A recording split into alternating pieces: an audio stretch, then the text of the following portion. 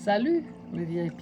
Aujourd'hui, je viens encore avec une histoire de l'école de la vie. Je vais vous parler des prisons invisibles. L'histoire de Léa. Léa était une femme pleine de vie, indépendante et rêveuse. Lorsqu'elle rencontre Marc, elle crut avoir trouvé l'amour qu'elle avait toujours espéré. Il était charmant, attentionné et savait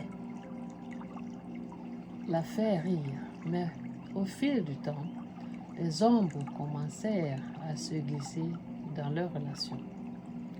Tout commença par des petites remarques anodines. Tu es sûr que cette robe te va bien? Franchement, tu réfléchis trop lentement. Laisse-moi te gérer. Les autres mères s'occupent mieux de leurs enfants. Ça commence avec des remarques, des critiques. Au moment, Léa ria pendant qu'il plaisantait, puis il remarquait des vies plus fréquentes, plus blessantes. Elles s'immiscèrent dans son quotidien, erronant peu à peu sa confiance en elle.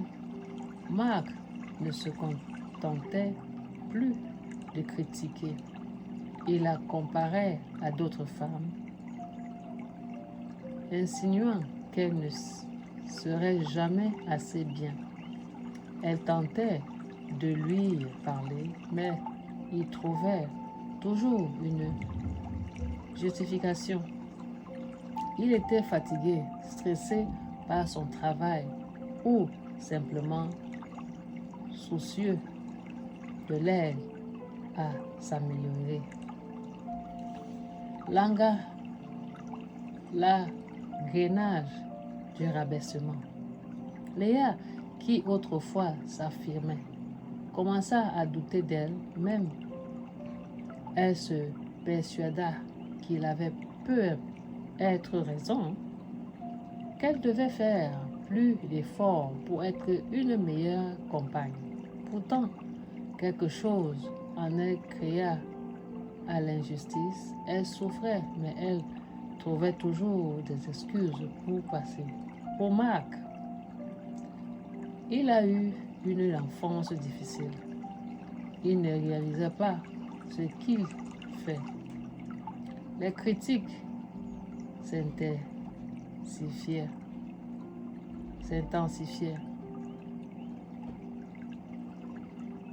La longeance dans un cercle vicieux, chaque tentation. Il a essayé avec Léa. Il a fait des tentatives d'affirmation.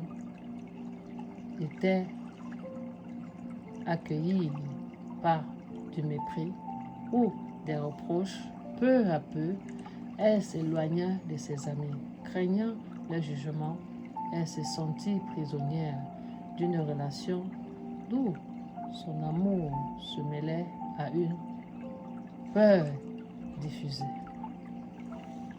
La prise de conscience. Un jour, une amie de Léa, Claire, lui posa une question simple.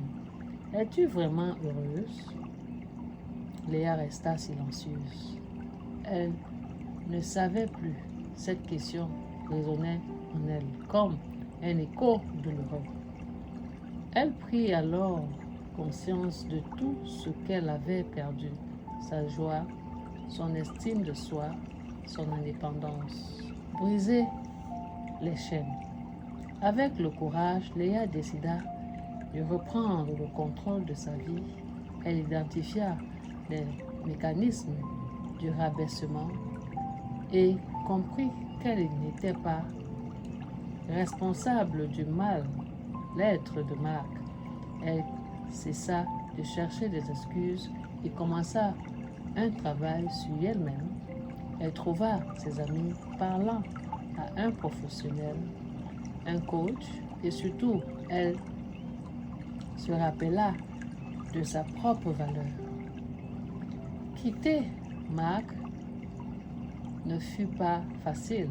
Il tenta de la retenir, alternant entre promesses de chargement et culpabilisation.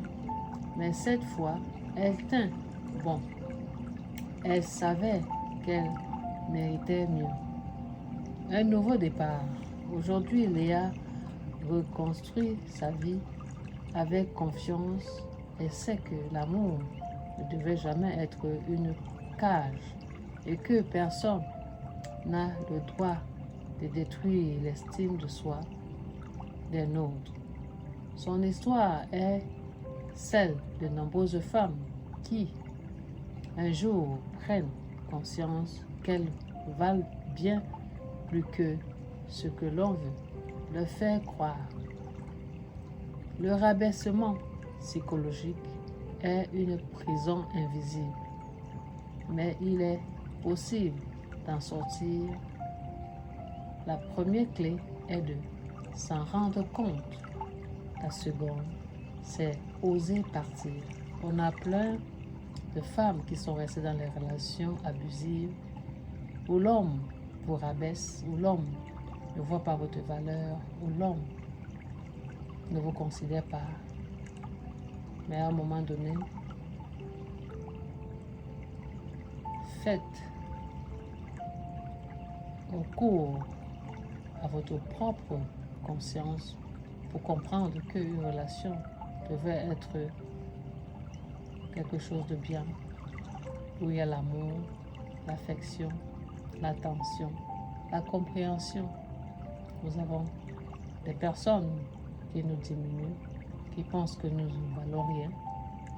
Et même quand nous avons des petits défauts et des critiques constantes, mais il y a des manières d'aider votre partenaire à comprendre cela. Alors, voici vos enseignements. Je suis votre motivational speaker and life teacher. À très bientôt, s'il plaît à Dieu. Ciao.